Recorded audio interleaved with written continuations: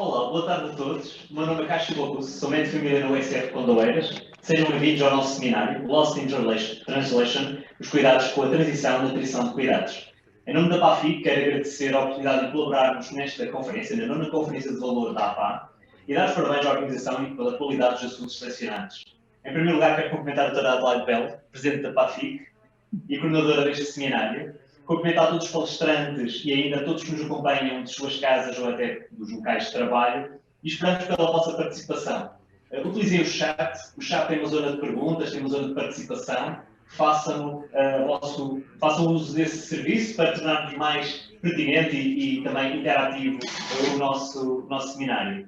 Coloquem lá então as vossas questões que ao longo de todo o seminário vamos procurar responder a cada uma das perguntas que nos façam chegar. Bom, o nosso seminário hoje tem como principais objetivos falarmos e discutirmos a centralidade na pessoa, o processo de transição entre cuidados hospitalares e o seu domicílio ou outra instituição, realçar a importância neste processo entre a coordenação entre os diferentes níveis de cuidados. Temos um leque abrangente de palestrantes. Vamos fazer o percurso daquilo que acontece no terreno, perceber quais são as necessidades dos doentes, as necessidades dos cuidadores, ter as noções mais importantes das ações que são precisas executar para ter uma boa atenção de cuidados e depois vamos perceber como é que no terreno, quer lá fora, experiências internacionais, quer experiências nacionais, podem ser replicadas e podem ser alargadas a todo o território. Porque já é uma realidade, já há bons casos que nós podemos replicar para várias regiões. Bom, sem mais demora, porque temos muito que discutir, é um tema fundamental na nossa discussão atual. Vamos dar início ao nosso seminário com a participação da doutora Isabel de Saraiva, economista, presidente da Respira, que é a Associação Portuguesa de Pessoas com DPOC e outras doenças respiratórias crónicas. A doutora Isabel de Saraiva integra a Plataforma de Saúde em Diálogo e a Federação Europeia de Fibrose Pulmonar e Idiopática e até 2015 foi presidente da Apifarma e foi cofundadora em 2017 da MOVA, Movimento de Doentes pela Vacinação. Doutora Isabel de Saraiva, muito boa tarde. Obrigado pela sua presença aqui connosco, no nosso seminário. Para começar então, peço-lhe, por favor, o que é que os doentes pretendem e necessitam na altura da alta hospitalar? Boa tarde, Soutor. Muito obrigada pelo convite. Boa tarde, Soutora Adelaide Bell. Muito obrigada a todos pelo convite e por serem lembrados da Apifarma e dos doentes, os quais eu me incluo, uma vez que tenho uma DPOC. Em primeiro lugar, eu gostava de dizer o enorme gosto que tenho de estar aqui convosco e felicitar quem... Translation, que nos remete para um filme muitíssimo interessante sobre problemas de comunicação. E é muito isso que talvez eu possa discorrer aqui hoje e falar aqui hoje convosco. Eu vou partilhar uma pequeníssima apresentação que fiz, esperando que esta parte tecnológica corra bem. Ora, vamos ver.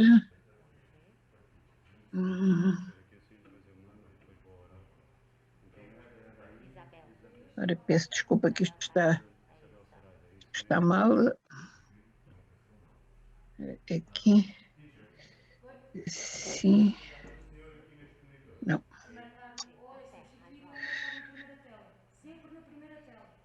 Peço desculpa. Estão a ver a apresentação? Estão a ver, não estão? Neste momento? Estão a ver? Estamos sim, doutora Isabel, estamos a ver. Pode continuar. Eu, antes de começar propriamente na apresentação, gostava de vos mostrar um slide com as ideias que alinhei para estar aqui convosco hoje. Falarei muito pouco tempo da Respira, quem somos e o que é que fazemos. Darei alguns números sobre os hospitais, os internamentos e as altas. Depois perguntarei, e não responderei, o que é que querem os doentes na altura da alta médica do hospital e depois terei uma pequena conclusão. Ora, a Respira é uma IPSS, Instituição Particular de Solidariedade Social, de âmbito nacional e foi criada em 2007. Temos cerca de 400 sócios, temos a nossa visão é ser uma associação nacional de referência na área das doenças respiratórias crónicas e temos uma missão que é batalhar pelo acesso das pessoas com doenças respiratórias crónicas aos melhores cuidados de saúde e também batalhar pela defesa dos interesses e dos direitos dos doentes respiratórios crónicos. O nosso trabalho é feito exclusivamente por voluntários, é uma associação pequena, os 5 voluntários que compõem a direção da Respira e mais alguns sócios que de vez em quando nos ajudam, é que fazem todo o trabalho relacionado com este aspecto, que é o acesso. Definir o nosso trabalho é definir, trabalhar na área do acesso. E trabalhando na área do acesso, nós olhamos muito para os interesses e para os direitos de quem representamos, procuramos disseminar informação e boas práticas para o grande público, para os órgãos de comunicação social, fundamentalmente. Trabalhamos em conjunto com profissionais de saúde. Nós achamos que é impossível garantir acesso, garantir melhores cuidados se não interagirmos cotidianamente, insistentemente e profundamente com os profissionais de saúde e, no fundo, tudo isto se resume a esse acesso aos cuidados de saúde, desde a prevenção, e entendendo a prevenção, a sessão tabágica, a vacinação, passando pela terapêutica propriamente dita e terminando, enfim, na respiração, na reabilitação respiratória, que é uma área tão importante para os doentes respiratórios crónicos. Passando à parte de alguns números, eu encontrei estes valores que são todos referentes a 2018, portanto são antes da pandemia. Antes da pandemia, em 2018, houve cerca de 1,2 milhões de internamento, a que corresponderam 1,3 milhões de dias de internamento e a 1,1 milhões de altas. Estes números são verdadeiramente esmagadores, quando vistos desta maneira macro, e correspondem, na nossa opinião, a um universo muito grande de situações muito dispares e muito diversificadas entre si. Quer dizer, neste 1,1 milhões de atos médicos que se traduzem, no fundo, em altas, não é possível encontrar um padrão único. Há muitos padrões, porque haverá muita gente, haverá muitas condições, haverá muitas. E isso tem que ser levado em linha de conta. E então, neste 1,1 milhões, nós podemos fazer algumas perguntas genéricas. O que é que querem os doentes quando têm alta? Ir para casa? Provavelmente sim. Mas será que eles têm em casa para irem? Ou terão que ser acolhidos em instituições de solidariedade social também, em lares, em casas de familiares que não as suas próprias? Portanto, primeira questão, casa. Querem ir para casa, mas têm casa para ir? Isto é importante saber para os profissionais de saúde que acompanham as altas. Será que eles têm casa? E tendo casa, será que essa casa tem condições para os acolher? Nós sabemos que as casas em Portugal são muito quentes no verão, são muito frias no inverno, são muito úmidas, são de deficiente construção. Eu, centrando-me nos doentes respiratórios, que são os que eu conheço melhor e os que eu represento, pergunto, tendo um doente alta de uma doença respiratória crónica, por exemplo, uma pneumonia, quer ir para casa. E essa casa, ele pode ir para casa em condições? Ou vai para casa correndo o risco de regressar passado pouco tempo ao hospital? Não sabemos. Teremos que avaliar e os profissionais de saúde que o acompanham terão que verificar esse aspecto. O que é que querem os doentes? Quererão viajar depois de algum tempo no hospital, isolados do mundo, em sofrimento, num ambiente por vezes um pouco agreste? Querem viajar? Será que podem? Será que é conveniente? Os doentes respiratórios, por exemplo, quando viajam com oxigênio, têm restrições violentíssimas. Estão os serviços preparados para chamar a atenção para as restrições, para as questões que se podem levantar quando os doentes viajarem? O que é que querem os doentes? Esquecerem-se completamente que estiveram no hospital? Nunca mais se lembrarem disso? Ou ponderadamente, cuidadosamente, manterem um elo de ligação para, no limite, não regressarem? Será isso que eles querem? Será possível, com este 1,1 milhões de altas, com as estruturas que nós conhecemos, conseguir entrar para cada alta que se dá nestes aspectos, que podem parecer de fora pormenores, mas não são, porque são a nossa vida? Será que isso é possível? E o que é que nós queremos? Nós temos informações sobre o nosso real estado de saúde numa linguagem absolutamente acessível e completa. Quer dizer, se nós entrarmos por questões de ordem respiratória, nós queremos saber como é que está a nossa saúde respiratória, mas também precisamos saber como é que está a nossa saúde cardiovascular, como é que está a nossa saúde mental, como é que nós estamos enquanto pessoas. Precisamos também de indicações precisas. O que é que temos que fazer a seguir? Que tratamento é que temos que fazer? Precisamos de reabilitação. Eu vou-vos dar um exemplo.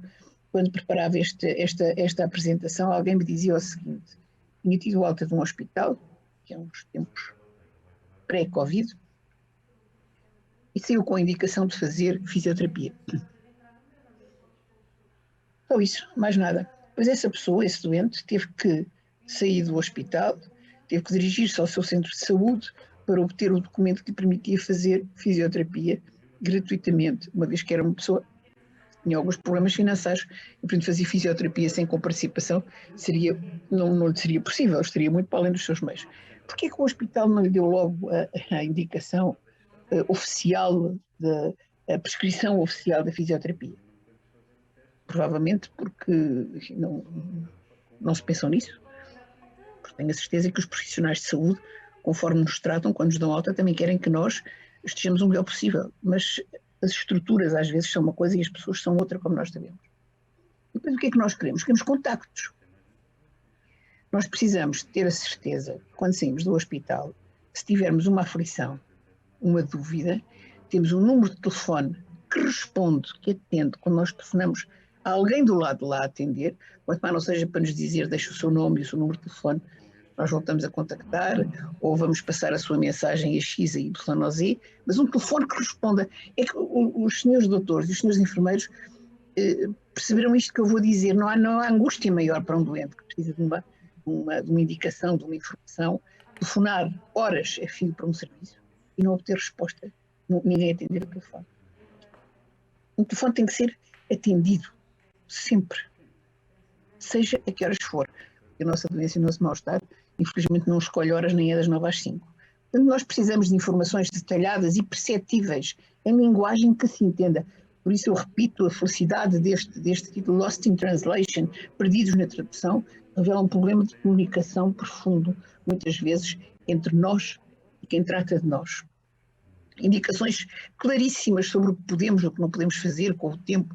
Podemos ir só para casa, podemos viajar, podemos sair, podemos fazer reuniões com a família, podemos recuperar tempo perdido, no fundo, que é o que muitos de nós querem quando saem do hospital. E contactos, sobretudo contactos. Os contactos são âncoras para nós, âncoras a que nós recorremos em momentos daquilo que para nós é uma grande aflição. E também precisamos de comunicação da parte dos profissionais. E era saber isto. Conseguem perceber se eu quero ir para casa ou se eu quero ir viajar? Conseguem perceber se a minha casa tem condições? Conseguem perceber se a estrutura de apoio para onde eu vou me deixa confortável ou me deixa desconfortável? Eu precisaria de mais alguns dias no hospital. Precisamos de conhecimento. Precisamos que quem nos dê alta conheça a nossa história clínica de A a Z. De A a Z, sem dúvida de espécie nenhuma. Toda, uma espécie de uma... Em termos clínicos, estamos despidos perante quem nos dá alta, que nos conheçam completamente. E depois também precisamos muito, consigam avaliar todas as barreiras que rodeiam as doenças, o internamento e os doentes. Portanto, tudo isto, as informações, as indicações, os contactos, a comunicação, o conhecimento, as barreiras, tudo isto é uma única palavra, se pudesse usar, comunicar com compaixão para quem acabou de passar um dia, 2 dias, alguns dias, muitos dias num hospital e que está ansioso para retomar uma vida normal. Ou então comunicar com compaixão para quem, passando muitos dias no hospital, não está bem em condições de perceber o que é que lhe está a acontecer. Então aí a comunicação será com certeza com a família ou com os cuidadores e teremos uma apresentação sobre cuidadores. Mas sempre comunicar de uma maneira simples, linguagem simples, com compaixão, com humanidade, com interesse por quem está daquele lado. Nós sabemos, todos nós sabemos, existem limitações severas de tempo, de estruturas, de capacidade de funcionamento, de fragmentação dos próprios serviços.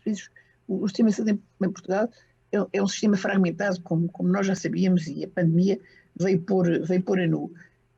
Mas o que nós precisamos, o que nós queremos, e isso que me perguntaram, o que nós queremos é que essa fragmentação, essa perturbação da não ligação seja ultrapassada com muita compaixão, com muita humanização e com uma comunicação muitíssimo simples. Portanto, concluindo, os doentes precisam dos profissionais de saúde, e não falo da sua capacidade profissional, porque isso para nós doentes não tem causa, nem o seu interesse, a sua ligação, a sua capacidade de ajuda e de nos tratar, não é isso, mas precisamos de profissionais de saúde que olhem para nós e que percebam que um momento de alta pode ser um momento profundamente traumático ou não, dependendo da maneira como nos tratam. Precisamos que percebam as estruturas de acolhimento para onde nós vamos a seguir.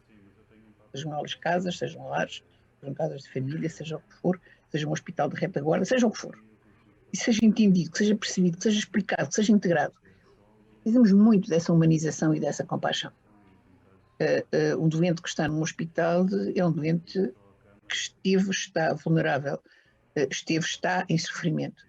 Muitas vezes o sofrimento não se vê, a parte física está curada, mas há um peso da sua saúde mental que paira por cima de si próprio. E depois precisamos também, e temos hoje aqui um painel de reputadíssimos profissionais, de guidelines que permitam alguma uniformidade neste tratamento para não acontecer muitas vezes o que nós vemos que acontece em alguns serviços, em alguns hospitais, em alguns estabelecimentos de saúde, tudo corre muitíssimo bem e noutros ao lado tudo corre assim, e noutros ainda tudo corre muitíssimo mal. E guidelines estas que têm que ser, debaixo do nosso ponto de vista, avaliadas connosco, porque nós temos uma palavra a dizer sobre isto, e devem ser dadas a conhecer, devem ser públicas, devem ser conhecidas, devem ser debatidas, devem estar publicadas para as pessoas, para os doentes, para quem os representa, para as suas famílias, para os seus cuidadores, terem acesso a estas informações. Isto não se conta com a pandemia aqui, em tempos de pandemia. É uma pergunta que fica, porque a pandemia tem sido um momento absolutamente singular nas nossas vidas, de pessoas, de doentes, de profissionais,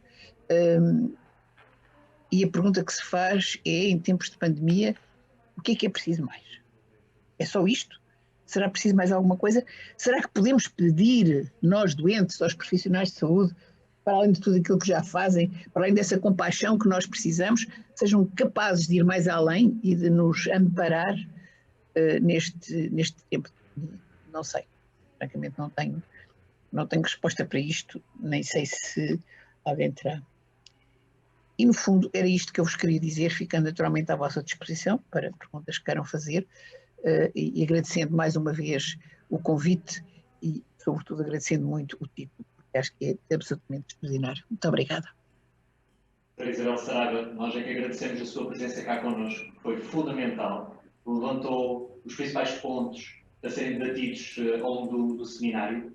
O nosso objetivo é realmente colocar o doente no centro, não só dos cuidados, mas do processo assistencial. Ele tem que ser o nosso foco e as instituições têm que se focar no doente e não focarem-se neles próprios. Portanto, a sua participação foi excepcional. Obrigado por estar cá connosco, que ajudou imenso para termos aqui um seminário que construa algo novo. E abrangente, como disse, que chega de todo lado. Vamos continuar agora com a vertente dos cuidadores. Temos connosco, e dou as boas-vindas, à fisioterapeuta Liliana Chaves Gonçalves, licenciada em Reabilitação Psicomotora pela Faculdade de Motricidade Humana em Lisboa, representante da Associação Nacional de Cuidadores Informais. Tem vindo a desenvolver várias iniciativas, das quais se destaca a redação da petição para a criação do Estatuto de Cuidador Informal, que levou até à criação do Dia Nacional do Cuidador. Obrigado pela sua presença. Passo-lhe a palavra e desafiando então para nos mostrar, do ponto de vista do cuidador, o que é que realmente é preciso no momento da alta hospitalar. Muito boa tarde a todos. Antes de mais, quero dar os parabéns à Associação Portuguesa de Administradores Hospitalares por esta conferência e particularmente à doutora Adelaide Bell, enquanto Presidente da Associação Portuguesa para a Integração dos Cuidados, para o convite e organização deste workshop com este tema tão pertinente que nos permite aqui também enquadrar o papel do cuidador nesta transição hospitalar para os cuidados no domicílio de pessoas dependentes.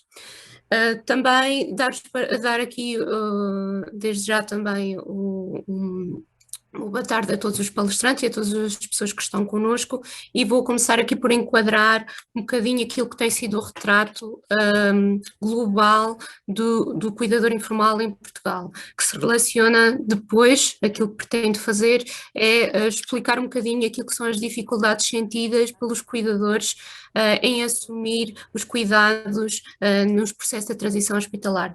Em Portugal, pelas estimativas, o estudo que foi enquadrado pelo Governo para a criação do Estatuto do Cuidador Informal, que atualmente é uma lei que existe, existem cerca de 827 mil cuidadores informais, dos quais parte significativa presta apoios a pessoas com doença crónica e em situação de alta hospitalar também. Habitualmente o cuidador situa-se entre os 47 e os 75 anos, habitualmente mulheres, que terão muito mais probabilidade de assumir este papel. Também dizer-vos que o cuidador, dos estudos que nos apontam, tem baixas habilitações literárias e também a nível económico muitas das vezes estão em sobrecarga e muitos deles referem não conseguir conciliar a sua atividade laboral com o assumir cuidados, como no caso de uma situação de alta hospitalar. E, portanto, aquilo que nos permite pensar para o apoio ao cuidador numa abordagem integrativa é pensarmos, por um lado, no apoio e na capacitação do cuidador, numa linguagem que seja simples, também como a doutora Isabel Saraiva explicou, portanto, a informação para o cuidador muitas vezes também está pouco gráfica e existe muita dificuldade do cuidador em interpretá-la. E, portanto, se pensarmos que 43,8% dos cuidadores admitem não ter conhecimento suficiente para a prestação de cuidados, percebemos que isto é uma lacuna. Se pensarmos que num ano 10% da população portuguesa poderá a longo prazo estar internada ou destas situações ser elegível 46% para a hospitalização domiciliária, começamos a pensar em cerca de 500.000 portugueses que poderão ser eles cuidadores e valiosos neste processo, portanto, da prestação de cuidados. E o cuidador não deve estar isolado, portanto, deve estar integrado no apoio que também é dado por seus profissionais. Temos realidade de cuidadores informais que nos diz que sim, que têm este apoio das equipas, mas se falarmos a nível nacional isto não se verifica e, portanto, esta equidade e estas guidelines, bem como o rácio de equipas e profissionais de saúde para este acompanhamento, é necessário de facto haver aqui um maior contributo para que de facto os cuidadores não se sintam isolados e tenham o apoio necessário para que a sua própria saúde não seja afetada. Portanto, dizer-vos que 84% nos estudos que temos, os cuidadores revelam que cuidar do seu familiar é particularmente difícil e que 85% revela que estão mais expostos a uma sobrecarga, problemas de saúde mental como a ansiedade e depressão. E, por outro lado, também 60% destas pessoas revelam-nos que têm mais dificuldades em questões de saúde, como distúrbios do sono, hipertensão, fadiga crónica, e, portanto, são questões que estão no doente e estão também no cuidador. Portanto, o cuidar de quem cuida também tem esta associação, ou seja, pensarmos num todo do doente que necessita de alguém que cuida, mas que para ter a melhor qualidade de vida e de facto estar bem, necessita também de que nós olhemos para o cuidador, porque esta díade existe. E, portanto, esta questão da conciliação familiar com licenças para cuidar é algo que no Estatuto do Cuidador Informal está previsto em lei. Infelizmente ainda não temos a regulamentação de legislação laboral que nos permita conciliar estas questões todas, portanto aqui há uma cooperação interministerial que pensamos que é uma mais-valia, porque o cuidador necessita muitas das vezes de outros apoios e, portanto, a área da saúde trabalhar também com outros ministérios mais de proximidade, e pensamos que aqui há um contributo relevante de outras entidades que possam trabalhar em conjunto para que possamos, quando um doente tem uma alta hospitalar, pensarmos se de facto existe uma habitação condigna, se existe a capacidade desse cuidador, de facto, prestar os melhores cuidados e, portanto, este acompanhamento de proximidade com o enfermeiro de referência ou um profissional de referência seria importante. E uma continuidade, não ser apenas a capacitação num momento da alta, ser prolongado durante todo o tempo que vamos acompanhar esta família, quer o doente, quer o cuidador. Depois sentimos que há uma falta de serviços complementares em que os cuidadores de facto possam ter aqui momentos de descanso ao cuidador, portanto o descanso não ser só no último caso quando o doente já está em muita sobrecarga e portanto às vezes há questões que podem ser articuladas, como por exemplo os cuidados de reabilitação ao doente, serem aqui previstos de outra forma e que as equipas possam também ter uma maior oferta no domicílio, para que naquele momento o cuidador possa de facto ter algum momento de pausa. Quando eu digo pausa, estamos a falar às vezes de uma hora, mas essa hora que seja é relevante para a saúde mental do cuidador. Depois, no estatuto está previsto o apoio psicológico aos cuidadores e sentimos que a nível da saúde é necessário aumentar o rácio de profissionais de saúde também, seja na vertente de reabilitação de apoio ao doente, seja também nesta componente da capacitação e do apoio também psicológico.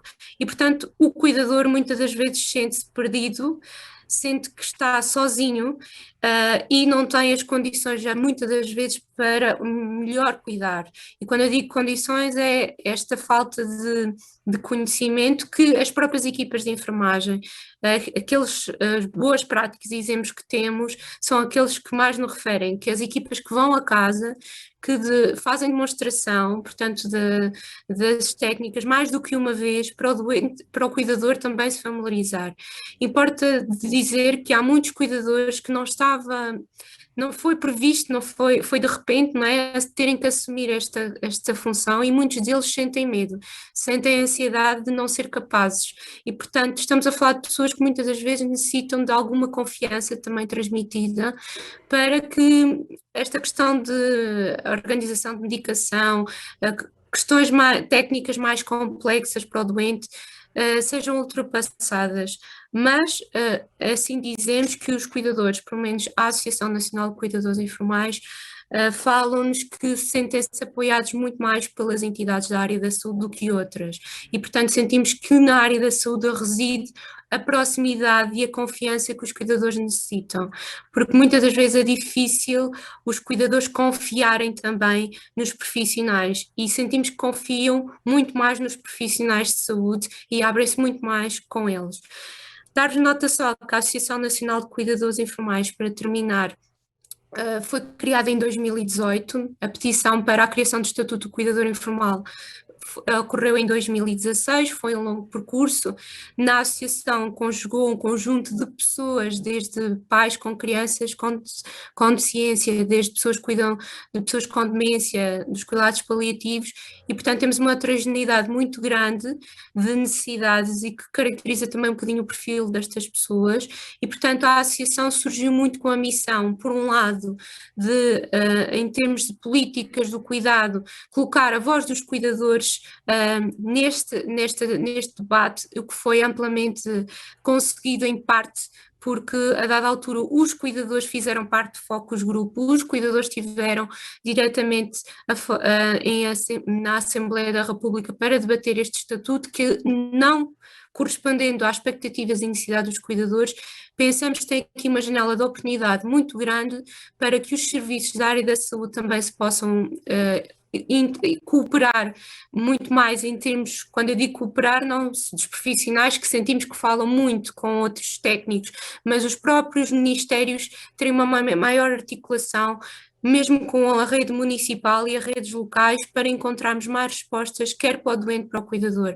E sentimos mesmo da parte dos cuidadores que a aposta nos cuidados de reabilitação do doente seja uma realidade em Portugal, porque aquilo que nos tem referido é que não há uma continuidade, e isto também é falar de qualidade e saúde, quer do doente e quer do cuidador. Obrigada. Muito obrigado pela sua excelente participação.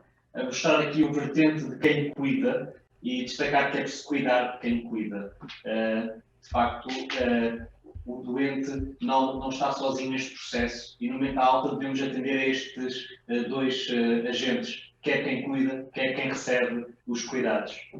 De seguida, para nos falar então da importância da prevenção de cuidados, temos connosco a doutora Adelaide Belo, especialista em medicina interna na Unidade Local de Saúde Litoral Alentejano, coordenador do projeto de gestão de casos desta unidade, integra na ACSS a unidade de gestão do acesso, com vasto currículo clínico e de coordenação clínica na defesa pela integração de cuidados, atualmente presidente da Portuguese Association for Integrated Care.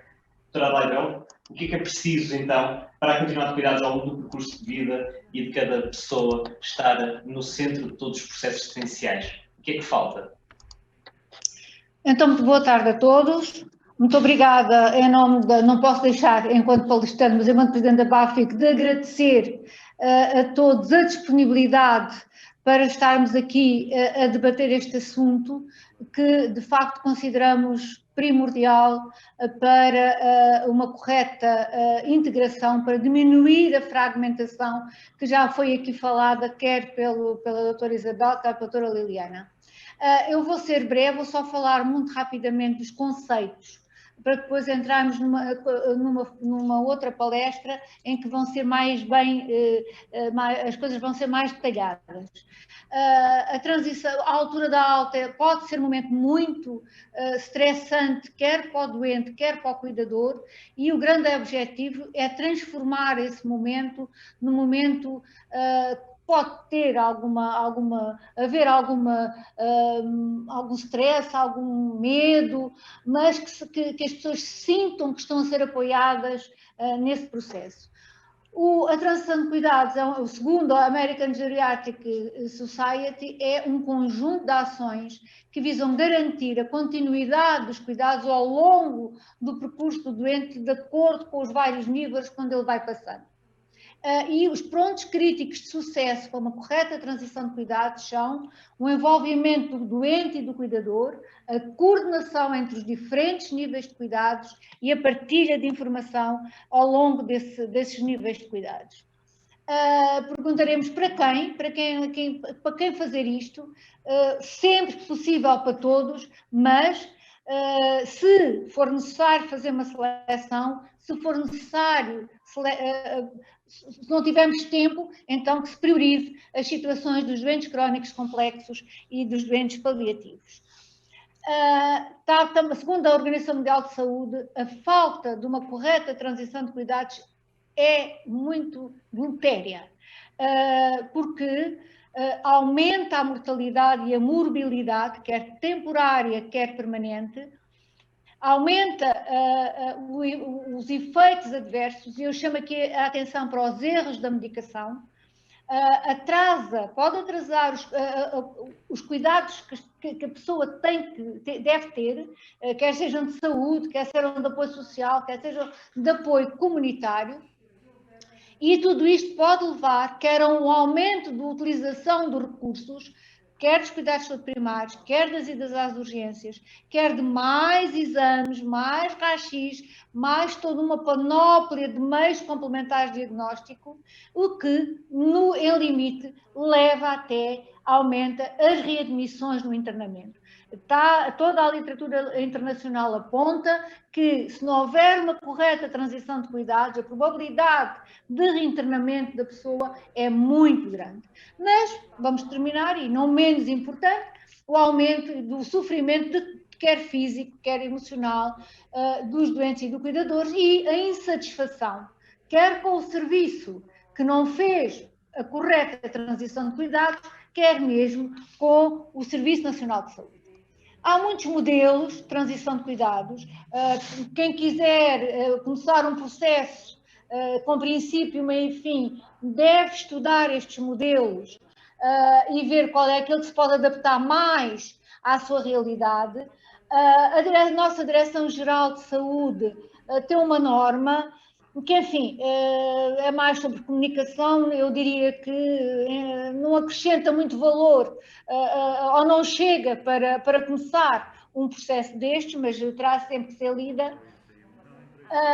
E terá que ter em conta um processo de transição de cuidados estes domínios.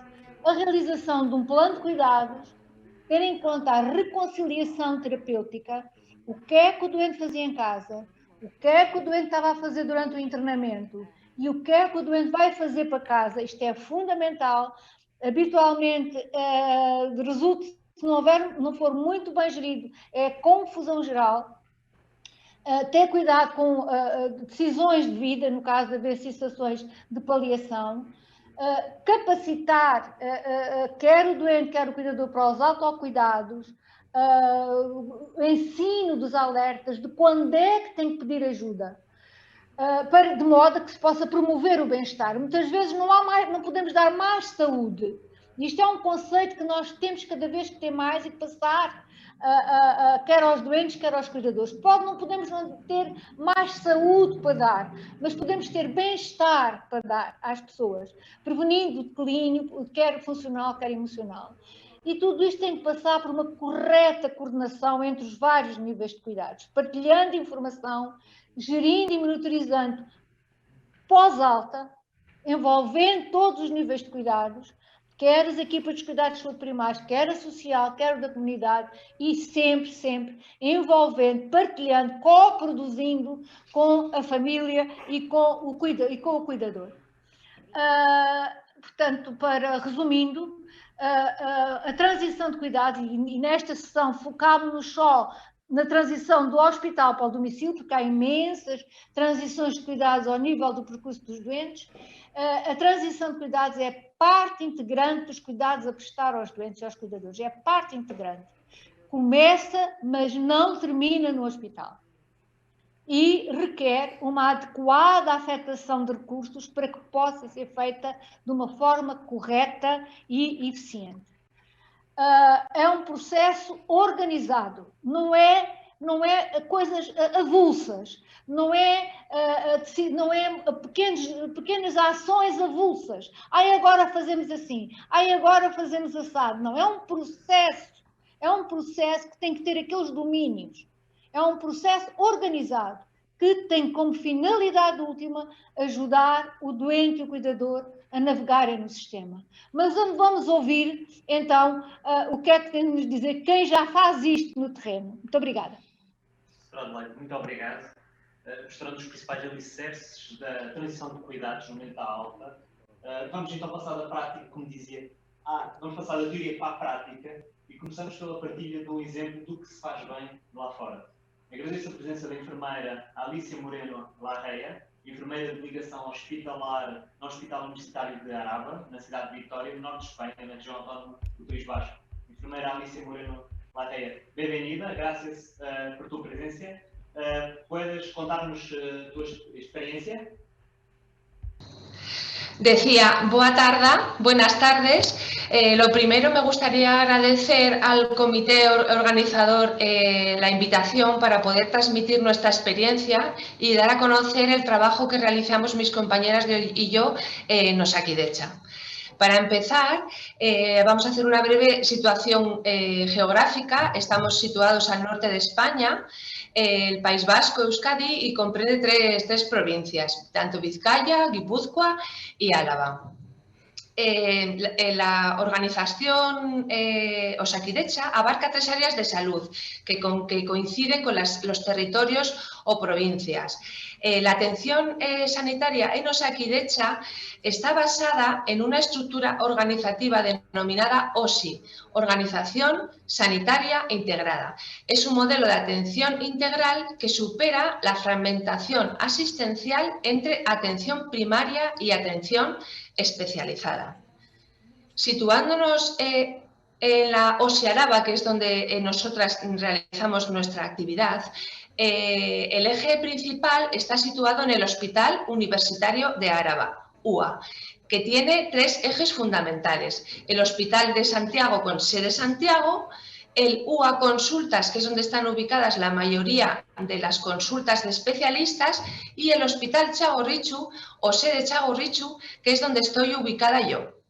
Tanto en el Hospital de Santiago como en el Hospital de Txagorritxu estamos 2 enfermeras de enlace hospitalario por hospital. En cuanto a la atención primaria, consta de 15 centros de salud urbanos, que los he detallado y he marcado en negrita 5, que al final de la presentación explicaré por qué motivo. Consta también de 6 zonas básicas de salud, con 7 centros de salud rurales, uno de ellos en el centro penitenciario, 20 consultorios y 11 consultorios auxiliares, con 2 puntos PAC de atención continuada, uno urbano y otro rural. Me parece importante, antes de explicar lo que es la propia figura de la enfermera de enlace, explicar 2 conceptos claros, que son la estratificación del riesgo y el índice predictivo. Entonces, la estratificación del riesgo es una herramienta que permite identificar y o agrupar con mayor riesgo de empeorar a pacientes o a padecer un nuevo problema de salud y que en un futuro requieran una atención más intensa o mayores recursos de salud. Como he dicho, es una herramienta, pero es únicamente de apoyo. Nunca va a sustituir la valoración clínica de los profesionales. Las utilidades de esta estratificación son identificar pacientes susceptibles de beneficiarse de intervención sanitaria y planificar intervenciones y su financiación. Las ventajas. Hay que decir que la estratificación del riesgo es importante porque permite un abordaje poblacional de forma proactiva, pero no únicamente en el momento actual, sino sobre todo interviene en reconocer con antelación a aquellas personas con alta probabilidad de tener un evento próximo. Su orientación, esta orientación de un probable situación futura, permite construir estrategias de abordaje proactivo, anticipándonos a los acontecimientos para disminuir el impacto en estos eventos, tanto en salud, en calidad de vida de las personas como en consumo de recursos. Agrupando a los individuos según los diferentes riesgos, podemos clasificar a la población en diferentes estratos o segmentos. En cuanto a la metodología de la estratificación, saber que hay 2 modelos, tanto uno descriptivos como predictivos. El descriptivo tiene en cuenta la decisión clínica o una modelización descriptiva como puede ser mayor de 65 años, padecer EPOC, tener un ingreso previo, o un modelo predictivo, que los datos están registrados anteriormente, no es necesario el contacto directamente con el profesional y el paciente y es aplicable a grandes grupos de población. Y el modelo que ha elegido Osakidetza es el modelo predictivo. La estratificación del riesgo en modelos predictivos es un proceso estadístico que permite determinar la probabilidad de existencia de eventos o resultados no deseados en un horizonte temporal variable. La estratificación utiliza fundamentalmente los datos de pacientes registrados en los sistemas de información sanitaria. En Euskadi o en el País Vasco se utiliza la información de la historia clínica tanto de Osabide, Osabide Global, RZ y CMBD, que es el conjunto mínimo básico de datos. Ya como resumen, decir que tener claro que el objetivo predictivo, el objetivo es clasificar la población según sus necesidades sanitarias futuras y poder así aplicar intervenciones proactivas que se ajusten a sus necesidades. Existen diferentes modelos tipos de modelos, hay estadounidenses, europeos. El modelo elegido por Osakidetza es el modelo europeo ACG, modelo predictivo de Johns Hopkins, que utiliza variables de movilidad que se introducen en el modelo, pues como son edad, sexo, diagnósticos, se introducen durante un año de extracción de datos y una vez aplicados en el modelo predictivo se obtiene un coste sanitario futuro. Es decir, la estratificación de riesgo predice el coste sanitario futuro durante los 12 meses siguientes, transformándose en un índice predictivo o IP. ¿Y qué es el IP? Aquí he dejado en concreto qué es la definición, pero lo que sí que tenemos que tener claro es que a mayor número de IP, mayor riesgo de utilización de recursos sanitarios. Eso sí que lo tenemos que tener claro. En Osakidetza, el modelo, teniendo una visión más gráfica, en Osakidetza podemos ver que la estratificación de los pacientes utiliza el modelo poblacional de la pirámide de Kaiser permanente. Los pacientes se clasifican según estratos y en cada estrato en función de su índice predictivo. El riesgo está marcado con un color, o bien rojo, naranja, amarillo o verde. Y a cada estrato se diseñan unas intervenciones diferenciadas. En el estrato verde de promoción y prevención se agrupa la población sin patología crónica. En el estrato de soporte de autogestión, que abarca el 75% de la población crónica, pero con buen estado de salud, se identifica con color amarillo y con un IP disminuido. En cambio, el estrato de gestión de enfermedad, en color naranja, agrupa el 20% de la población crónica con un IP de consumo de recursos intermedio y se representa, como ya bien he dicho, en naranja. Y el estrato de gestión de caso está en rojo, ocupa o engloba el 5% de la población crónica, con un IP de consumo de recursos más altos. Estos usuarios requieren intervenciones complejas o de gestión de caso y es en este último estrato donde interviene la enfermera de enlace. Para facilitar y posibilitar el uso de la información de la estratificación del riesgo, la información se traslada a la historia clínica electrónica de cada ciudadano y es representado con un triángulo que está situado en la parte superior de la historia clínica, en la parte central. En este caso, en nuestros casos, es el triángulo rojo. Según el color podemos identificar el lugar en el que se encuentra cada ciudadano y en consecuencia su índice predictivo. La primera estratificación se realizó en el año 2012 y entonces se generaron programas de intervención integrada que se propusieron como una estrategia de intervención compartida entre atención primaria y atención hospitalizada. Los diferentes programas son paciente pluripatológico, diabetes mellitus, insuficiencia cardíaca, EPOC. Y también tenemos en cuenta el apartado de alertas donde pueden estar integrados cualquiera de estos programas, ¿vale? Y también nos orientan mucho en el seguimiento y en la visión del paciente. Para entrar ya en lo que es en la figura de la enfermera de enlace, nosotras nos situamos directamente en el centro, entre el alta del paciente del hospital y la conexión con atención primaria. Los objetivos de la enfermera de enlace son asegurar la continuidad asistencial y cuidados de enfermería con la realización de la valoración integral geriátrica y educación para la salud durante el ingreso. Valorar las necesidades sociosanitarias y favorecer la coordinación con los diferentes profesionales y al alta, gestionar la continuidad asistencial y garantizar la continuidad de cuidados de los pacientes pluripatológicos en coordinación con los diferentes circuitos establecidos. Aquí en esta diapositiva quiero dejar ver cuáles son los criterios de inclusión del seguimiento de los pacientes pluripatológicos y los criterios de inclusión.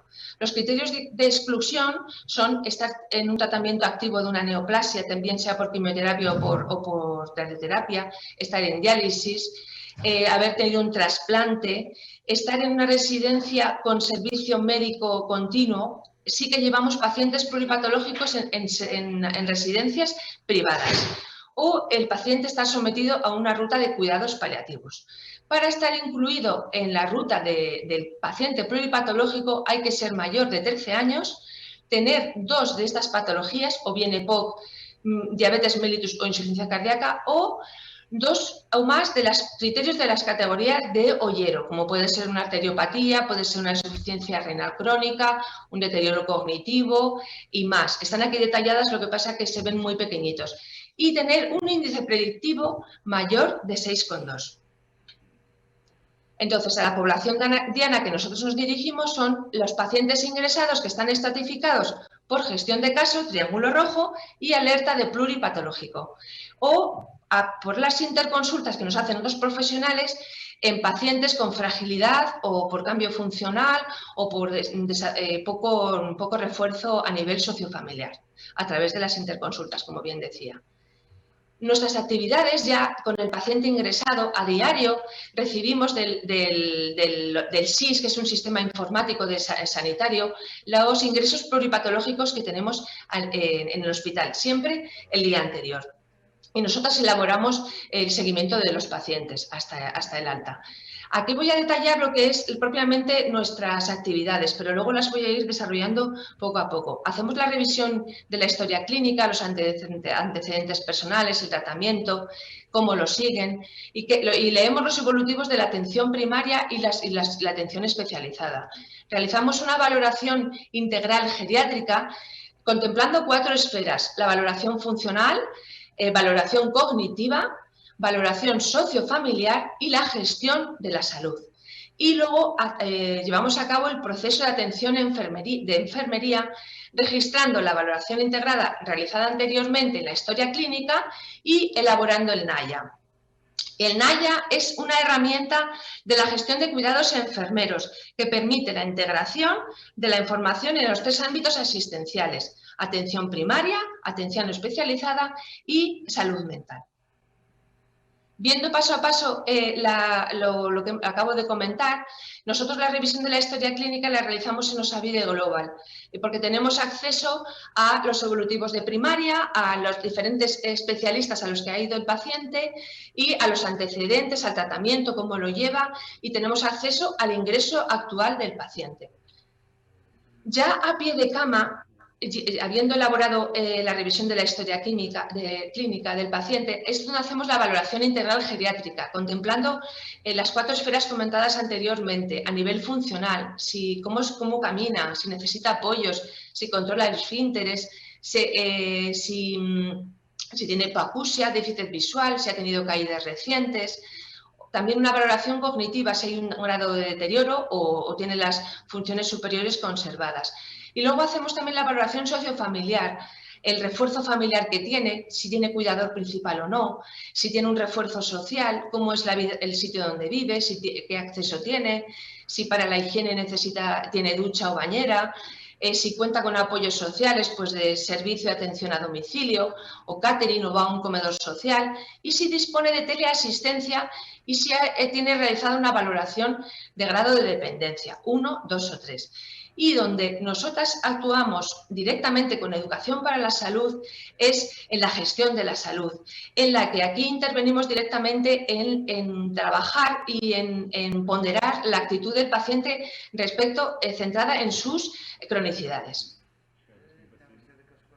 En Educación para la Salud nos podemos centrar en cualquier patología, en una hepatopatía, en cualquier patología que el paciente necesite cuidados, pero sobre todo nos centramos en que el paciente, en la insuficiencia cardíaca. Trabajamos que sepa distinguir cuáles son los signos y síntomas de empeoramiento, que es importante que lleve control de la restricción hídrica, del peso diario y cómo acudir al médico cuando empiece a haber algún signo de alarma. En el EPOC, por ejemplo, si el paciente EPOC fuma, pues hacemos un breve consejo de deshabitación tabáquica. Revisamos siempre la técnica de inhaladores, porque han podido sufrir un cambio de inhalador o porque, a pesar de que lleven mucho tiempo a hacerlos, pueden mejorar la técnica, revisando el manejo, o incluso si valoramos que el paciente no es capaz de hacer bien el inhalador, pues, hablar con el médico y que puedan hacer unas nebulizaciones. En la diabetes lo mismo, manejamos bien sea el que distinga los signos y síntomas de alarma, o si tienen que administrarse insulina, dónde rotan la insulina, si cambian la aguja, cada cuánto la cambian, si realizan purgado de aguja, porque todavía nos encontramos a gente que cambia la aguja nueva y no purga la aguja. Entonces, pues bueno, siempre en refuerzo del cuidado de sus patologías crónicas. Y luego, ya de vuelta otra vez a nuestro despacho, hacemos lo que es el proceso de enfermería. en Naya, en la gestión del caso, lo que nos genera evaluación de indicadores en cuanto al autocontrol de la enfermedad crónica y a los recursos sanitarios, si los conoces, si no los conoces, si los reforzamos. Y aquí tenemos las actividades que firmamos a diario unidas al plan de cuidados que tiene el paciente en la unidad. Estas son las específicas nuestras de enfermera de enlace. A diario leemos los evolutivos, vemos los cambios que ha podido tener el paciente a nivel funcional, podemos hacer, si el ingreso es largo, podemos hacer visitas de seguimiento para ver si ha habido y reforzar déficits que veamos que todavía no tiene interiorizados, o si detectamos un problema social, hacer una interconsulta a la trabajadora social, interactuar con la familia, siempre pues para si hay un cambio importante, fundamental a nivel funcional, pues entonces ir viendo que ellos vayan haciendo un proyecto de refuerzo a nivel de domicilio o pensar en una residencia o eso, siempre nosotros en contacto directo con el paciente. Lo que hemos visto hasta ahora ha sido el desarrollo durante el ingreso. Ahora ya de cara al alta hospitalaria, lo que hacemos es colaborar en el informe de los cuidados de enfermería. Informamos sobre el Consejo Sanitario, que es un recurso que tenemos en Osakidetza para, como bien dice la palabra, aconsejar, nunca para urgencias, pero es un consejo que es un teléfono que funciona las 24 horas del día y que los pacientes crónicos lo utilizan y les da mucha seguridad. Realizamos la escala de Bartel al alta por si hubiera un cambio funcional importante y la escala de LACE, que es el riesgo de reingreso. Aclaramos las dudas sobre el informe médico y los cambios en el tratamiento, apoyándonos en la entrega de la hoja del tratamiento activo al paciente y revisamos las próximas citas. Y si consideramos necesario, contactamos con la atención primaria o con el centro sociosanitario al que el paciente se deriva. Al decir que colaboramos con el informe de continuidad de cuidados, me parece importante decir que este es un documento legal básico y obligatorio y que mejora mucho la continuidad de cuidados del paciente en la transición al domicilio o al centro sanitario. Y nosotros colaboramos en ello porque hace una visión global, clara y general de cómo se encuentra el paciente y qué cuidados son los inmediatos que necesita en el momento del alta. ¿Os acordáis cuando decía que había 5 centros de salud que había marcado en negrita?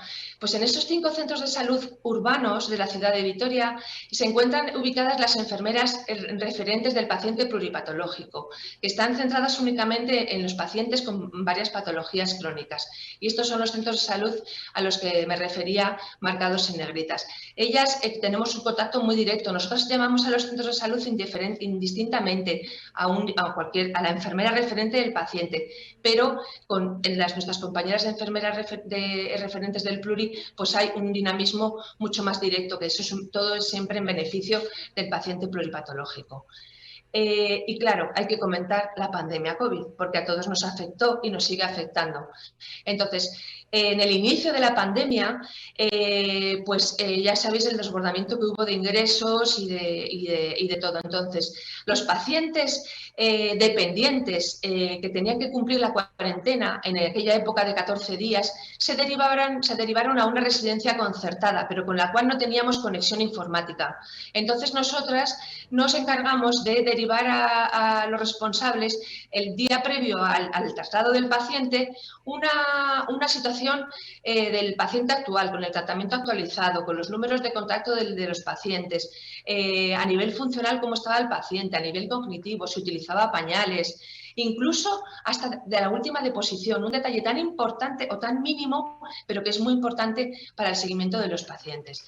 Y luego, de cara a cumplir la cuarentena, era en sentido inverso. Éramos el nexo, la conexión del alta de la residencia al domicilio o a un centro a su residencia habitual o a donde fuera. Actualmente, todavía en pandemia COVID, seguimos con nuestra actividad con los pacientes pluripatológicos. Otra cosa que estamos encontrando es mucha fragilidad en los pacientes. Entonces, estamos evidenciando un aumento en las interconsultas. y luego estamos gestionando la vacunación de los pacientes ingresados, la vacunación COVID de los pacientes ingresados, para que no se pierda el seguimiento de complementar la vacunación. Como conclusión, tenemos que seguir reforzando el empoderamiento del paciente, familia, cuidador principal en los cuidados de las enfermedades crónicas, mantener una visión y atención integral de los procesos, potenciar una actitud proactiva y profundizar en las herramientas que tenemos disponibles a nuestro alcance, como son la ruta del paciente pluripatológico, el HIP y luego el programa del paciente activo y el paciente crónico complejo, Cronicon. Muito obrigada, muchas gracias. Ana Alicia Moreno Larrea, muchas gracias. Vamos continuar, vamos de seguida apresentar também 2 casos nacionais e no final desta apresentação depois fazermos uma discussão entre cada uma das apresentações. Vamos começar pelo plano integrado auto-hospitalar do Hospital de Santa Marta com o ACES de Lisboa Central. Connosco temos a doutora Maria Inês Espírito Santo, licenciada e doutorada em Serviço Social, assistente social no Centro Hospitalar de Lisboa Central, professora auxiliar de Comunidade do ISCTE, mediadora familiar no Instituto de Mediação Familiar do Ministério da Justiça. Nesta apresentação também ainda vai estar presente a enfermeira Cristina Assunção Soares, com a pós-graduação em Gestão em Saúde e em Projetos de Educação de Doentes, responsável do Gabinete de Seguimento de Doentes da Cardiologia do Hospital Santa Marta desde 2004. Vamos então ouvir o que também se faz bem aqui em Portugal. Boa tarde, começo por agradecer o convite em meu nome, em nome da enfermeira Cristina e em nome do Serviço de Cardiologia à PAFIC por esta oportunidade de integrar este ilustre painel e também a oportunidade de partilharmos aqui estas experiências e estes conhecimentos que é tão benéfico para melhorarmos os serviços. Cumprimentar a doutora Adelaide, presidente da PAFIC e os restantes elementos da organização, cumprimentar os colegas de mesa e todos os participantes. A minha comunicação é partilhada com a enfermeira Cristina, como disse o Dr. Carlos. Eu farei aqui o enquadramento, a pertinência e a metodologia do projeto e a enfermeira Cristina apresentará resultados e um exemplo de um caso prático. Eu retomarei para finalizar a comunicação. O ponto de partida deste projeto teve aqui como base diversos desafios transversais à nossa sociedade, como é de conhecimento de todos, aqui nomeadamente o envelhecimento, a cronicidade da doença e associado a esta também a incapacidade funcional e também da autonomia, e que sem dúvida constituiu aqui os principais pressupostos de pertinência do presente projeto. Também relembrando que aqui a média de idades do também idosa com média de 67 anos de idade. E, consequentemente, que estes desafios têm implicações importantes nos sistemas de saúde, em que a maioria das altas hospitalares, como diz a literatura, são pessoas com mais de 65 anos de idade, que para além de necessitarem de uma intervenção dirigida a uma situação aguda e dirigida à situação de cura, são doentes que precisam de uma abordagem integrada, que já foi tão falada e centrada na pessoa e nas suas necessidades, sejam sociais, sejam clínicas, que permita assim uma adequada continuidade e monitorização dos seus cuidados. E se pensarmos aqui um pouco num conceito de saúde preconizado pela Organização Mundial de Saúde, a saúde não é só um bem-estar físico, é um bem-estar social, um bem-estar cognitivo. E a importância de termos aqui uma visão holística da pessoa. E sabemos que esta componente social tem aqui um peso muito importante no processo de doença. E tem aqui um processo de doença, e se pensarmos um pouco também, nós, como profissionais de saúde, tem alterações de várias ordens, de vários níveis. E é importante este olhar integrado dos vários saberes profissionais para darmos uma melhor continuidade e olharmos para a forma holística da pessoa. E aqui o Serviço Social, penso, tem um contributo fundamental nesta prestação de cuidados, no acesso aos recursos na comunidade e também no acesso às garantias sociais, que já foram aqui referidas pela doutora Isabel Saraiva, as suas preocupações que tão bem mencionou e que é do nosso conhecimento como profissionais do social, na saúde, e também, como a doutora Liliana, da importância de envolvermos aqui a rede informal no plano de alta, e depois também assegurar todas as condições para que essa transição de cuidado se efetive de uma forma eficaz para o seu domicílio.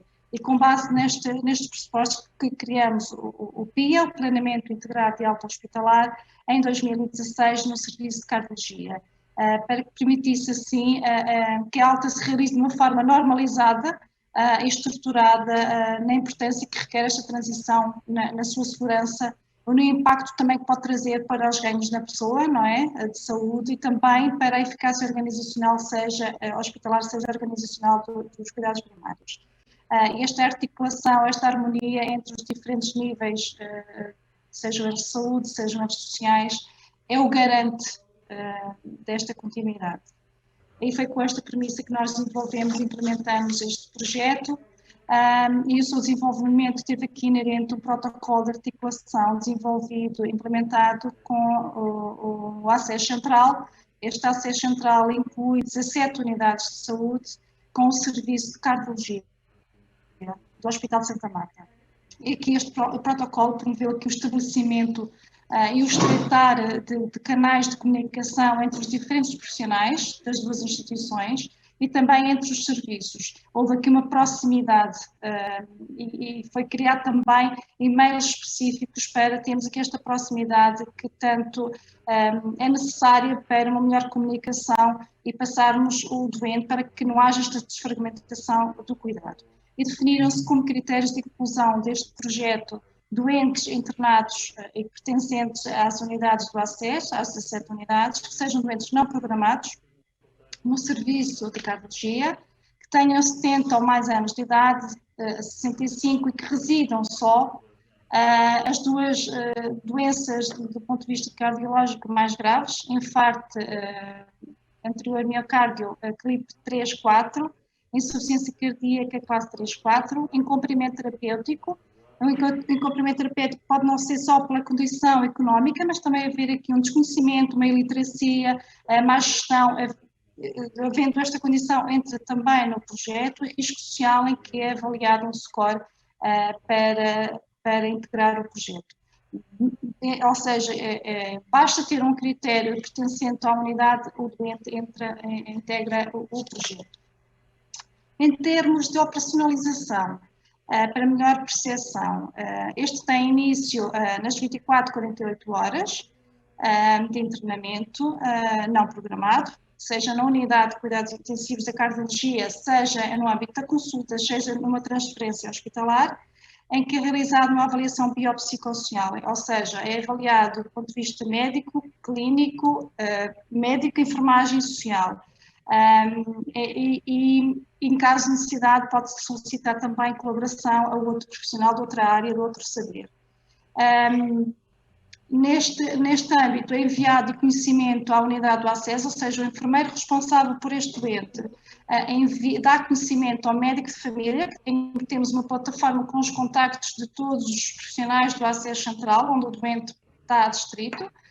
Damos conhecimento ao médico de família, ao enfermeiro responsável da outra unidade e à assistente social, ou seja, enfermeiros que o doente está internado, o que é que aconteceu em termos clínicos, do evento que teve e qual é a perspectiva de tratamento ou de cuidado. Damos continuidade, se for um doente que entrou numa unidade na UCI de cardiologia, vamos acompanhando o doente, eu, como assistente social, acompanho o doente até a alta, os profissionais de enfermagem clínicos passam o doente à equipa de enfermaria e vamos continuando a reavaliar as suas necessidades de uma forma contínua para irmos adaptando, não é? Um doente que entra numa unidade pode não ter necessidade, mas pode ir alterando a sua necessidade no decorrer e no percurso do seu internamento. No momento da alta, isto é para dizer também que vamos comunicando com o ACES Central, ou seja, internamentos que tenham uma duração mais de 7 dias, vamos dando o ponto de situação à unidade do ACES, o ponto de situação do doente, em termos clínicos e das suas necessidades. Se não houver necessidade dos 7 dias, informamos a alta, enviamos a informação clínica, de enfermagem e social para os respectivos profissionais que inicialmente sinalizou, isto reforçando também sempre o consentimento do doente para que esta informação seja comunicada à unidade e aos seus profissionais da unidade do ACES, onde ele pertence, é sempre com o consentimento, o envolvimento e a participação da pessoa. No momento da alta é enviado as informações e é realizada pela unidade do ACES uma consulta de enfermagem nas 48, 72 horas após alta. E nós fomos aqui ver algumas, a doutora Adelaide apresentou aqui alguns projetos de modelos, e nós fomos buscar ali ao projeto RED, em que fala da importância de realização do follow-up às 48, 72 horas. Isto porque, o segundo mencionado, é que evita alguns eventos, por exemplo, as urgências desnecessárias, internamentos também desnecessários, no sentido que há um reforço do profissional na medicação, um reforço da insegurança que o próprio profissional do doente possa ter, porque é um momento de alta, é um momento de alteração, e há esta segurança por parte do profissional de saúde da comunidade. Mas eu penso que isso, não me vou alongar, porque a enfermeira Cristina, que já está e faz este trabalho de follow-up há alguns anos, vos irá falar em pormenor desta consulta. E depois também há um mês é realizado o follow-up, mas isso é pelo gabinete do Serviço de Cardiologia, em que fazem aqui um ponto de situação e uma comparação do follow-up e o acompanhamento da unidade de saúde até ao mês pelo Serviço de Cardiologia, ou seja, há aqui uma comunicação que é partilhada entre a unidade do ACES e o Serviço de Cardiologia e há uma continuidade. Agora vou passar à enfermeira Cristina, que vos irá falar desta questão do follow-up e apresentar alguns resultados, e eu retomarei para finalizar, como referi há pouco. Boa tarde. Como já foi dito pela doutora Adelaide Bell e também aqui pela doutora Inês, o follow-up das 48 horas está considerado pela literatura como um dos principais instrumentos para avaliar a monitorização do pós-alta, para identificar potenciais sinais de alerta e podendo assim promover intervenções precoces para evitar reinternamentos e idas às urgências. Neste contexto, enquanto Plano Integrado de Alta Hospitalar, construímos em parceria com os enfermeiros do ACES Lisboa Central e os enfermeiros do Serviço de Cardiologia um instrumento próprio com o objetivo de avaliar queixas, consultas agendadas, conhecimento e adesão sobre a vigilância à saúde e de medicação. É também aferido uma componente social, no caso de ter sido acionado resposta social a quando o internamento, se estas estão ajustadas às necessidades ou não, e no caso de não ter sido ativadas nenhuma no momento da alta, se existe ou não às 48 horas de necessidade.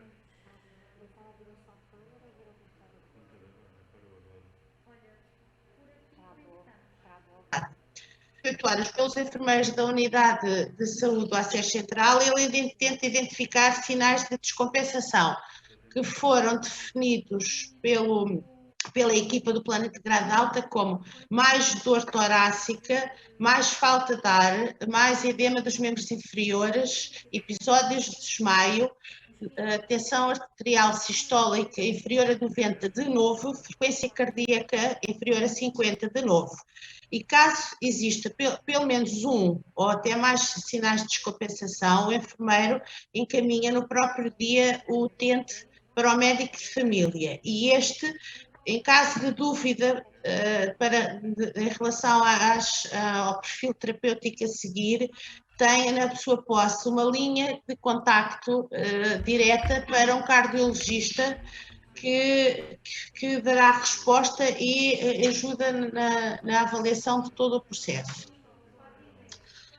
Todos os dados escolhidos na consulta das 48 horas e na consulta de 30 dias são basicamente idênticos, um registro é sobreponível, são registados no processo clínico do indivíduo e são partilhados pelas duas instituições. Nós sabemos que na sequência das consultas das 48 horas Foram realizadas já várias, realizados pelos enfermeiros das unidades do ACS de Lisboa Central. Foram identificados vários sinais de descompensação, foram desencadeadas diversas ações para a continuidade dos cuidados, nomeadamente na educação, encaminhamento para a saúde e para outros profissionais como assistente social. Como podemos observar, isto são resultados referentes ao primeiro ano do projeto. Nem todos os doentes que integraram este plano tiveram consulta de seguimento às 48 horas. Mas, como podemos observar, esta intervenção tem impacto na redução dos eventos. Em relação houve aqui em relação aos doentes que não tiveram, tiveram a consulta, houve uma diminuição de todos os episódios observados nos doentes que foram realizada a consulta e que foi desencadeada intervenções na comunidade. Independentemente desta realização desta consulta, sabemos que os indivíduos com seguimento médico, no médico de família, nos 30 dias após a alta, há uma redução significativa de morte por qualquer causa e de morte por causa cardíaca. Para tentarmos perceber a eficácia do plano, optamos por realizar um estudo comparativo e constituímos um grupo de controle com indivíduos com episódios de internamento em 2016, do mesmo ACS que os do PIA, e com mais de 70 anos. No grupo do PIA também são os indivíduos só com mais de 70 anos. E verificamos diferenças importantes na maioria dos eventos. Houve uma diminuição das urgências por qualquer causa, por causa cardíaca, e há ganhos em saúde em todos os outros comportamentos. Nomeadamente, há um incremento significativo de consultas efetivadas e agendadas com o médico de família no grupo do PIA. Trazemos também um caso clínico para demonstrar uma das mais-valias do projeto. A título de exemplo, para mostrar os diferentes níveis de cuidados, sejam eles de saúde, sejam eles sociais, se concentram na resposta integrada à pessoa e aos ganhos para a pessoa e para a eficácia organizacional. A título de exemplo, trazemos um senhor com 78 anos, com uma miocardiopatia dilatada em classe 3-4, que durante o ano 2000 teve múltiplos internamentos, 6 em 12 meses. No início de 2021 teve um internamento no Serviço de Medicina. 13 dias após a alta do Serviço de Medicina, foi readmitido no Serviço de Urgência e concomitantemente transferido para a Unidade de Cardiologia do Hospital de Santa Marta, e nós integramos este senhor no plano integrado da alta, fizemos uma avaliação da insuficiência, cansaço para mínimo, esforço, dispneia, tinha uma escala de Bartel baixa, tinha para as atividades de vida diária, apresentava muita dificuldade na gestão do regime terapêutico e na adesão de medidas terapêuticas no domicílio. Foi feito um diagnóstico social e com problemas de vária escala. Quando foi integrado, houve logo o início de comunicação entre o Serviço de Cardiologia e a unidade respectiva do ACS Central. Foi planeada uma conferência familiar com a equipa, foi orientado para os familiares foram orientados no que diz respeito aos direitos sociais, feito o encaminhamento para os vários serviços da comunidade. O senhor teve um internamento de sensivelmente 3 semanas. Durante este período houve vários momentos de contacto entre o Serviço da Cardiologia e a unidade do ACS respectiva. Houve uma visita domiciliária pela unidade do ACS para a avaliação da situação do senhor e da capacidade de acolhimento em casa. O senhor teve alta, foi feita a consulta das 48 horas de acordo com o que estava preconizado.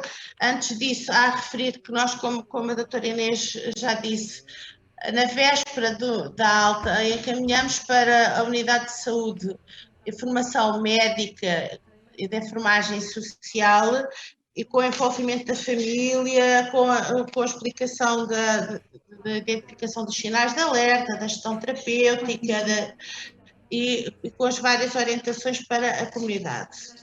A unidade de saúde realizou o seguimento das 48 horas, partilhou os dados com o serviço. Nós percebemos na altura que havia inexistência de descompensação, adesão ao regime terapêutico.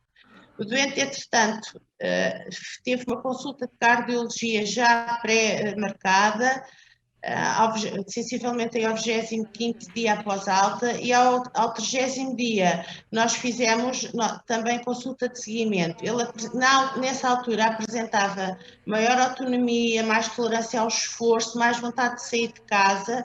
Houve reajuste entre nós e a unidade da comunidade com a readaptação do dispositivo portátil de oxigênio e neste momento o senhor continua em casa e está bem.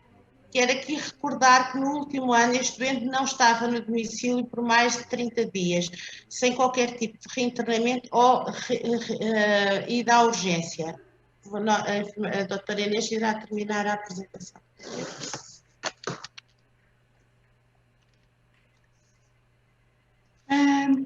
Como podemos ver o exemplo em concreto que a enfermeira Cristina apresentou, vemos que este projeto, esta intervenção é muito centrada na pessoa, na continuidade, na preocupação na continuidade de cuidados, aqui aliados a uma matriz comunitária, e que leva aqui a transformação que é tão necessária do modelo organizativo vigente de cuidados. Verificamos uma tendência de redução de eventos cardiovasculares majores no doentes com seguimento planeado e concretizado à data de alta, e podemos dizer que estes resultados para nós são suficientemente encorajadores para considerarmos que este projeto é uma aposta holística de integração de cuidados a replicar. E é nesta perspectiva construtiva e de mudança de paradigmas que é tão necessária, que temos que dar o salto, que temos que juntar esforços e propostas e estratégias com um caráter mais preventivo e de maior acompanhamento às pessoas. E para terminar, e como nos mostra, queria-vos deixar esta imagem, que temos sempre mais que um caminho a seguir, e que acredito que cada um de nós, individualmente, na equipa onde estamos inseridos, no serviço e na organização, temos um papel fundamental e determinante neste caminho de mudança de paradigma na relação com a população que assistimos e nos níveis de cuidados que prestamos. Muito obrigada. Muito obrigado. Desculpe, também Cristina Soares, agora sim. Muito obrigado pela vossa participação e pela partilha da vossa experiência em Lisboa. Íamos agora dar um salto a outra região do país, um pouco mais a sul, no Alentejo. Temos connosco o enfermeiro Hugo Mendonça, com a pós-graduação em Gestão e Saúde da Universidade de Moderna, com vasto currículo dedicado à integração de cuidados, sendo responsável pela candidatura ao Prémio Boas Práticas em Saúde em 2018. Atualmente gestor de caso e programa de gestão de caso de utentes com doença crónica e multimorbilidade na Unidade Local de Saúde do Litoral Alentejano. Primeiro, Hugo Mendonça, partilhe connosco que boas práticas é que já são implementadas na sua região.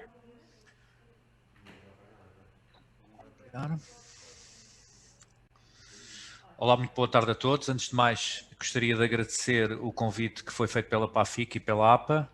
Eu não sei se estão a ver a tela.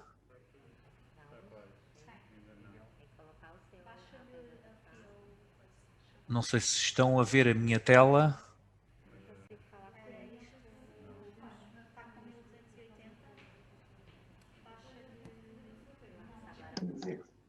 Primeiro, estamos a ver. Estão a ver? Pronto.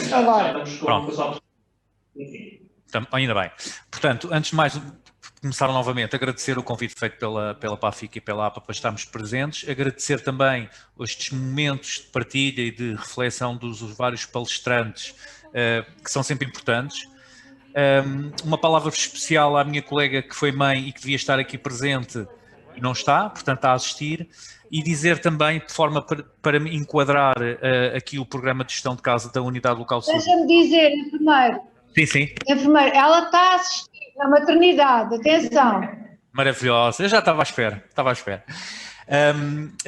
Para enquadrar aqui a nossa apresentação, portanto, a Unidade Local de Saúde do Litoral Alentejano é constituída pelo hospital e por 5 centros de saúde, com uma área geográfica extensíssima, que vai desde Alcácer do Sal até Odmira, portanto, e que abrange à volta de 100 mil pessoas.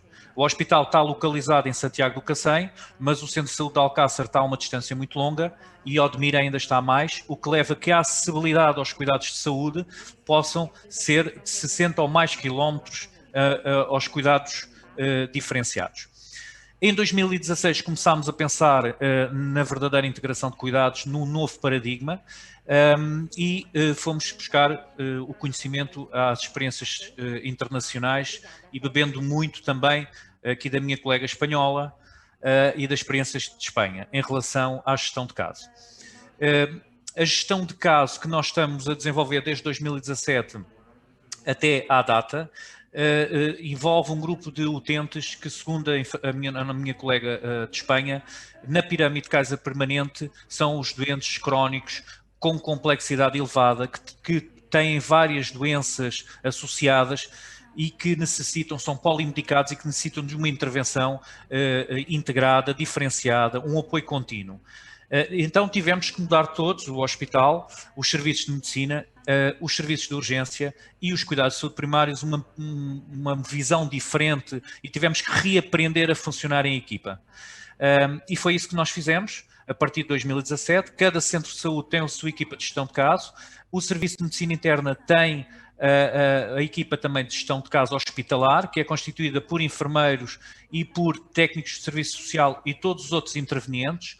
E eu agora gostaria porque às vezes um vídeo vale mais do que 1000 palavras, que passassem o vídeo sobre o programa de gestão de caso da USLA, por favor.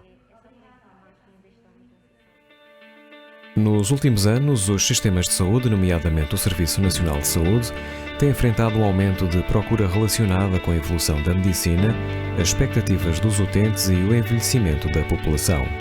Em Portugal, a esperança média de vida foi de 81,3 anos, superior aos 80,6 da média europeia. Os cuidados de saúde estão organizados num modelo de resposta à doença aguda, de forma episódica, reativa, focada no tratamento que já não está adequado às necessidades dos doentes crónicos, complexos com multimorbilidades, pelo que é urgente uma mudança de paradigma. A Unidade Local de Saúde do Litoral Alentejano implementou um programa de gestão de caso. Este novo modelo de prestação de cuidados é focado nas necessidades dos doentes e da sua família, proativo e baseado na comunidade.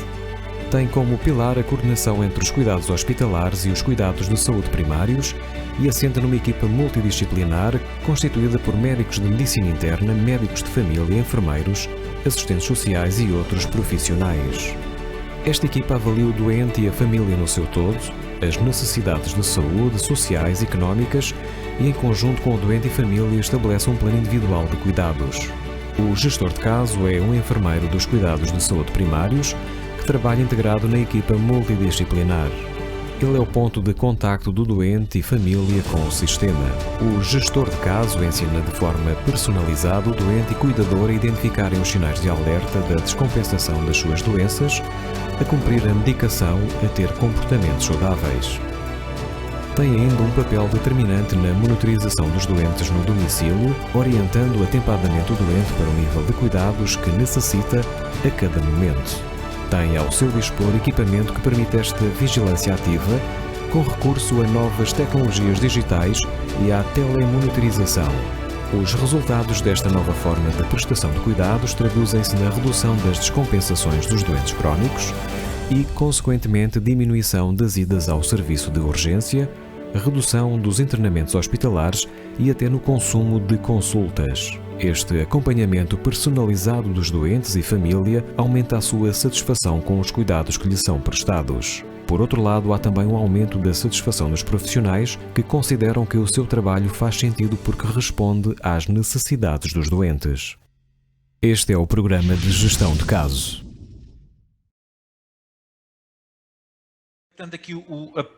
Aproveitando aqui o vídeo, portanto, tivemos que reorganizar os nossos cuidados segundo a metodologia internacional através da gestão de caso. Portanto, tivemos todos que reaprender a funcionar em equipa, partindo do princípio que o utente está no centro, como todos falámos, e que as necessidades dele e do seu cuidador e da sua família serão diferenciadas ao longo do tempo das várias patologias que tem. Portanto, não era uma intervenção pontual, era um pacote de cuidados que nós temos que, enquanto gestores e profissionais, que seja como é que eu hei de explicar isto? Que seja de forma integrada, mas baseada e proativa na comunidade. Mesmo do doente estando internado ou recorra ao serviço de urgência, esse pacote de cuidados tem que ser baseado na comunidade, com os parceiros da comunidade. Como tal, o nosso objetivo era melhorar a continuidade deste acompanhamento e, tal como diz no vídeo, diminuir os episódios de serviço de urgência, de reinternamentos, mas, sobretudo, fazer com que o utente e a sua família não vivesse com a doença, mas vivesse a vida com doença, mas não vivesse a doença. O que é muito complicado em situações muito complexas, que são o caso destes doentes que nós atendemos. Portanto, aqui o gestor de caso era o enfermeiro, que existe no nosso programa no hospital e também existe nos cuidados de saúde primários, constituído por equipas com o médico de família nos cuidados de saúde primários e a técnica de serviço social, e no hospital com a medicina interna e colegas do serviço de urgência. Este gestor de caso é responsável pela transição segura dos cuidados, pode utilizar várias ferramentas à sua disposição que assegure que ele próprio é o acesso quando o utente necessita do sistema de saúde e que pode priorizar de acordo com o que identifica as necessidades do utente nos vários níveis, nos cuidados hospitalares ou nos cuidados de saúde primários após a alta do utente. Aqui vou-vos deixar agora alguns exemplos práticos. Portanto, existe uma pasta partilhada por todos os elementos do programa de gestão de caso, quer hospitalar, quer cuidados de saúde primários, que todos têm acesso, só os profissionais que fazem parte da equipa. Esta é uma pequena notificação informática que nós criámos na USLA, que nos permite identificar e estratificar quais os utentes que recorrem ao serviço de urgência, mais do que 4 vezes, porque estes são utentes hiperutilizadores e utilizadores do serviço de urgência. Todos conseguem ter uma notificação automática no mesmo momento, todas as equipas. Permite-nos depois fazer o quê? Fazer uma avaliação dos utentes a integrar, se têm os critérios de integração, e essa avaliação é feita habitualmente pelas equipas hospitalares de medicina interna, em que avaliamos o índice de Charson, portanto o índice de comorbilidade. Como podemos ver aqui no slide, estes utentes têm 2% isto é um índice, portanto avaliamos as comorbilidades dos utentes e permite-nos planificar depois no contexto alta e pós-alta e na comunidade que condições é que as equipas da comunidade podem proativamente, com os parceiros da comunidade, apoiar os utentes, porque nós temos 2% apenas que têm um período estimado de vida de 10 anos, então sabemos perfeitamente que a vulnerabilidade, a fragilidade, as descompensações e os cuidados que vão necessitar, podemos os programar com a família de uma forma mais planeada. O índice a escala de Bartel, o que significa que alguns dos nossos utentes são totalmente independentes pela escala de Bartel, mas talvez não sejam assim tão totalmente independentes. Ou seja, têm imensas vulnerabilidades, sejam elas económicas, sejam elas sociais, que nos permitem atuar depois de outra maneira. E a avaliação da escala de Riron da vulnerabilidade social. A partilha de informação, como já todos os colegas já falaram, é contínua, é transversal, dos diferentes níveis, é imediata. Aqui é um pequeno exemplo da nossa colega de medicina interna, a médica, a doutora de medicina interna, que já está a informar as equipas do centro de saúde, de gestão de caso, que tem um doente nosso de gestão de caso que está internado por um diagnóstico e a dar-nos o feedback que o utente provavelmente terá alta durante uma semana. Isso possibilita-nos não só dar o conforto ao seu familiar que ficou, às vezes são familiares muito envelhecidos e, portanto, mantemos sempre esse contacto, mesmo o utente estando internado, com a família e dando-lhe o apoio que for necessário. e permite-nos fazer a planificação depois de uma transição segura do hospital para o seu domicílio. Outros aspectos já falaram aqui, a existência de um plano antecipado de cuidados, em que o plano é feito de acordo com as reais necessidades da pessoa e da sua família. Pouco nos adianta colocar ali, você deve fazer isto, você deve fazer aquilo, você deve vigiar, mas o que é que realmente aquele utente com multimorbilidade quer? Como é que eu o estimulo a perceber quais são os verdadeiros objetivos de saúde dele? Isso não se faz apenas com o internamento, faz no internamento e posteriormente na continuidade ao longo das nossas intervenções de vários profissionais, de forma a que ele crie essa relação de empatia e que consiga ele próprio ter literacia e capacidade de desenvolver os seus próprios objetivos com o nosso apoio. Aqui temos outro exemplo de outra médica de medicina interna da equipa de gestão de caso hospitalar, que fez uma alteração terapêutica imediata e que imediatamente por via eletrónica informa o gestor de caso e a equipa de gestão de caso, neste caso de Odmira, das alterações terapêuticas. Ainda o utente não tinha tido alta, o que me permite a equipa de gestão de caso e o gestor programar uma visita domiciliária imediatamente para o dia seguinte e reavaliar se o utente está a cumprir a medicação, se percepcionou a mensagem no internamento e poder fazer esse ajuste e reajuste dos ensinos realizados. A forma como educamos os utentes no hospital ou nos internamentos, as informações que passamos nas equipas de gestão de caso são feitas com os mesmos utensílios, com os mesmos instrumentos, não criando mais um fator de stress. Aqui temos uma folha em que utilizamos para o autocontrole dos sinais vitais, dos sinais de descompensação. Temos uma folha principalmente porque 80% dos nossos utentes são insuficientes cardíacos e, portanto, precisamos que eles consigam ter uma autovigilância eficaz e que tenham uma autoadesão ao regime terapêutico, o que me implica ter que fazer ensinos pormenorizados de acordo com a literacia de cada um e que possibilite, porque eles têm contacto direto com o telefone da gestão de caso dos vários gestores, a qualquer hora, e em sinais de descompensação podem-nos imediatamente contactar e nós priorizamos os cuidados que sejam mais eficazes às situações que nos vão transmitindo. Um dos grandes problemas que é transversal a todos os projetos que foram aqui apresentados é que mais doenças implica mais medicação e, portanto, temos o problema da polimedicação. Isto é uma fotografia, mas podiam ser milhares de fotografias de medicamentos com enorme dificuldade, em que aqui as equipas iniciam em internamento a preparação, através de uma folha própria que nós utilizamos na comunidade e que depois vamos trabalhando o conhecimento sobre a doença, o conhecimento sobre os medicamentos, para que é que servem, porque grande parte dos doentes com insuficiência cardíaca não tomam diuréticos porque urinam muito e, portanto, fazer esta desmistificação, o porquê demora tempo, mas é possível, nós fazemos isso. Sempre com a família, sempre com o cuidador, ou com os parceiros da comunidade, nomeadamente do apoio domiciliário, que lhes possam prestar auxílio e que nos possam imediatamente identificar ou preparar a medicação com a folha medicamentosa.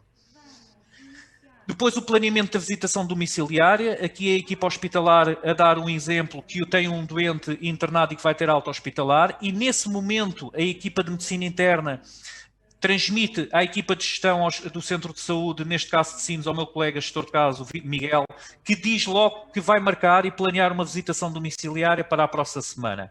Isto possibilita que o utente, quando vai para o seu domicílio, tenha segurança e sabe que, e depois o enfermeiro gestor de caso entra em contacto telefónico imediato, que vai ter uma visitação porque teve uma alta de internamento hospitalar e isto dá-lhe conforto, dá-lhe segurança. Depois, gostaríamos de estar um bocadinho mais evoluídos como em Espanha, mas vamos lá chegar, vamos conseguir. Tivemos que desenvolver estratégias e tivemos que poder planificar visitações domiciliárias de acordo com a estabilização clínica da situação, o cumprimento ou não do plano de ação que é desenvolvido no internamento hospitalar e as condições sociais, se são favoráveis, se não são favoráveis, se necessita de recursos económicos, se não necessita de recursos económicos, se necessita de apoio domiciliário, se não necessita. E, portanto, fizemos, através de várias tabelas, através da escala de Zarit, do stress do cuidador e outras muito mais, conseguimos definir os níveis de acompanhamento e perceber, quando temos uma situação mais estável, temos que fazer um contacto telefónico mensal pelo seu gestor de caso, tem sempre o telefone em linha aberta e, portanto, em qualquer momento o utente com muitas dúvidas contacta a equipa de gestão de caso, ou quinzenal, ou semanal, e estes níveis não são fixos, eles são alterados de acordo com a situação que vai ocorrendo ao longo do momento. O mail aqui é uma equipa de gestão de caso de Odmira a dar o feedback ao hospital após a visitação domiciliária da equipa, após uma alta, com os diagnósticos que às vezes não são percepcionados em ambiente de internamento hospitalar, mas que devem ser valorizados no seu todo. E, portanto, esta partilha, esta estratificação entre os diferentes níveis, tentamos fazer na gestão de caso. Outra das...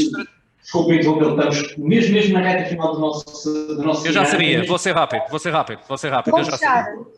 Para fechar, a teleconsulta, as teleconferências, a telemonitorização, que é o projeto que está associado à gestão de caso, que permite identificação precoce e o utente fazer a sua autovigilância. Os gestores de caso recebem os alertas e podem passar esses alertas imediatamente para a equipa hospitalar, que faz um reajuste medicamentoso, ou nos dá orientações, ou antecipar uma consulta com o seu médico de família, o médico geral e familiar, o que é uma ferramenta importantíssima. Pronto, para terminar, em síntese, só queria acabar com os resultados.